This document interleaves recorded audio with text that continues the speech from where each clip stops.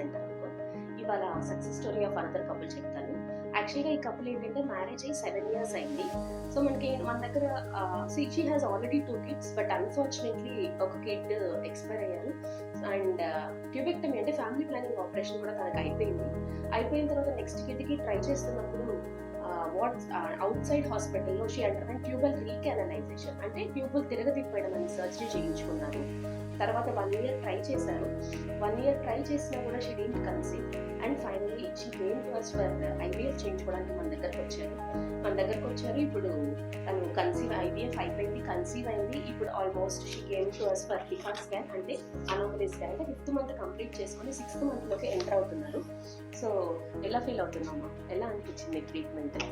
చాలా సంతోషంగా ఉంది మేడం. మేము చాలా చోట్ల తిరిగాము, చాలా చూపించుకున్నాము. అక్కడెక్కడ చాలా డబ్బులు వేస్ట్ అయిపోయినాయి. అసలు అక్కడ చేయించుకున్నా ఇంక నమ్మకం ఉంటుందన్న హోప్ కూడా లేదు.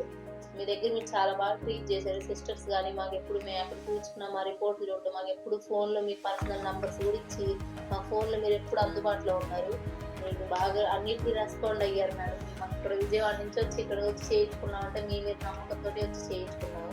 మేము ఎక్కడ ఉన్నా కానీ మాకు కాల్స్ అటెండ్ అవ్వడం, అన్నీ చేయడం, మీరు రాలేకపోయినా మీరు అక్కడ ఏం చూపించుకోండి, రిపోర్ట్స్ అన్నీ మాకు పెట్టండి, మేము చూస్తామని చాలా బాగా ట్రీట్ చేశారు మేడం. మేము అక్కడి నుంచి ఇక్కడ దాకా తిరగాలంటే తిరిగే వాళ్ళు ఉన్నారు.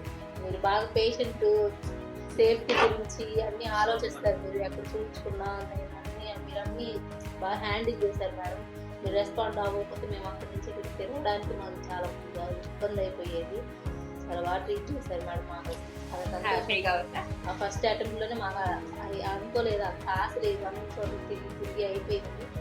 చాలా బాగా ట్రీట్ చేశారు మేడం. మీ పేషెంట్ని, మీ సిస్టర్స్ కానీ అందరూ బాగా అన్నిటికీ డబ్బులు పెట్టినారు, బాగా న్యాయం చేశారు మేడం.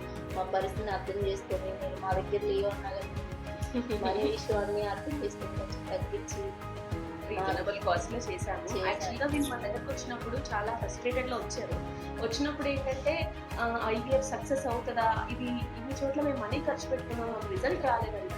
బట్ ఏంటంటే she's young girl, but main thing tubes problem వల్ల రీకానలైజేషన్ చేయించుకున్న అవ్వలేదు.